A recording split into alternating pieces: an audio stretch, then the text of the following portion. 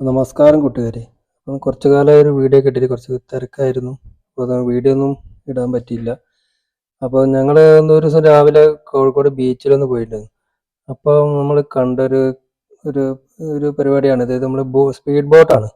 Speed ബോട്ടിൽ ഒരു ഒരു ട്രിപ്പിൽ ഒരു 5-6 ആൾക്ക് യാത്ര ചെയ്യാൻ പറ്റും. ഒരാൾക്ക് വരുന്നത് 300 റുപ്യാണ് ഒരാൾക്ക് വരുന്ന റേറ്റ് വരുന്നത്. അത്യാവശ്യം ഒരു നല്ല സ്പീഡിൽ തന്നെയാണ് ഈ ബോട്ട് പോകുന്നത്. നല്ല ഫൈബർ ബോട്ട് പോലത്തെ ഒരു ബോട്ടാണെന്ന് തോന്നുന്നു കണ്ടിട്ട്.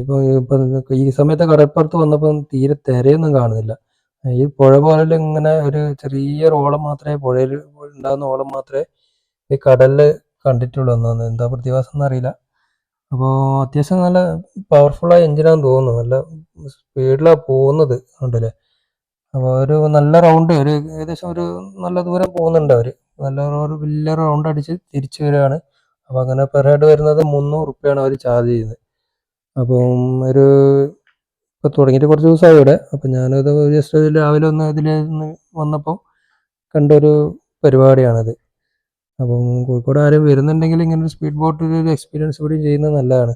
ഇതൊന്നും എപ്പോഴും നമുക്ക് കിട്ടിക്കൊള്ളുന്നില്ലല്ലോ. നമുക്കിപ്പം കടലിൽ ഇങ്ങനെ നോക്കിയിട്ട് ദൂരത്തേക്ക് ഇങ്ങനെ കാഴ്ചകൾ കാണാനല്ലേ പറ്റുള്ളൂ. കടലിൽ ഇങ്ങനെ യാത്ര ചെയ്യാനൊന്നും നമുക്കുള്ളൊരു സംവിധാനമൊന്നും ഇല്ലല്ലോ.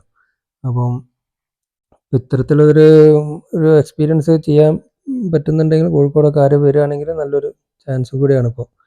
അപ്പോൾ 300 റുപ്യക്ക് വലിയ കുഴപ്പമൊന്നുമില്ല. നല്ല 300 റുപ്യക്ക് അത്യാവശ്യം ദൂരത്തേക്കൊക്കെ പോകുന്നുണ്ട്. പിന്നെ കടലിൽ ഇറങ്ങാന്ന് പറഞ്ഞാൽ തന്നെ നമുക്കൊരു എക്സ്പീരിയൻസ് അല്ലേ. നമുക്ക് ഇതുവരെ അങ്ങനത്തെ ഒരു ചാൻസ് ഒന്നും കിട്ടൂലല്ലോ. നമുക്ക് കടപ്പുറത്ത് നിന്നിട്ടുള്ള തിരയണ്ണല് മാത്രമല്ലേ നടക്കുകയുള്ളൂ. അപ്പോൾ വരുന്നുണ്ടെങ്കിൽ എല്ലാവരും ഒന്ന് എക്സ്പീരിയൻസ് ചെയ്യുക. Okay, thank you.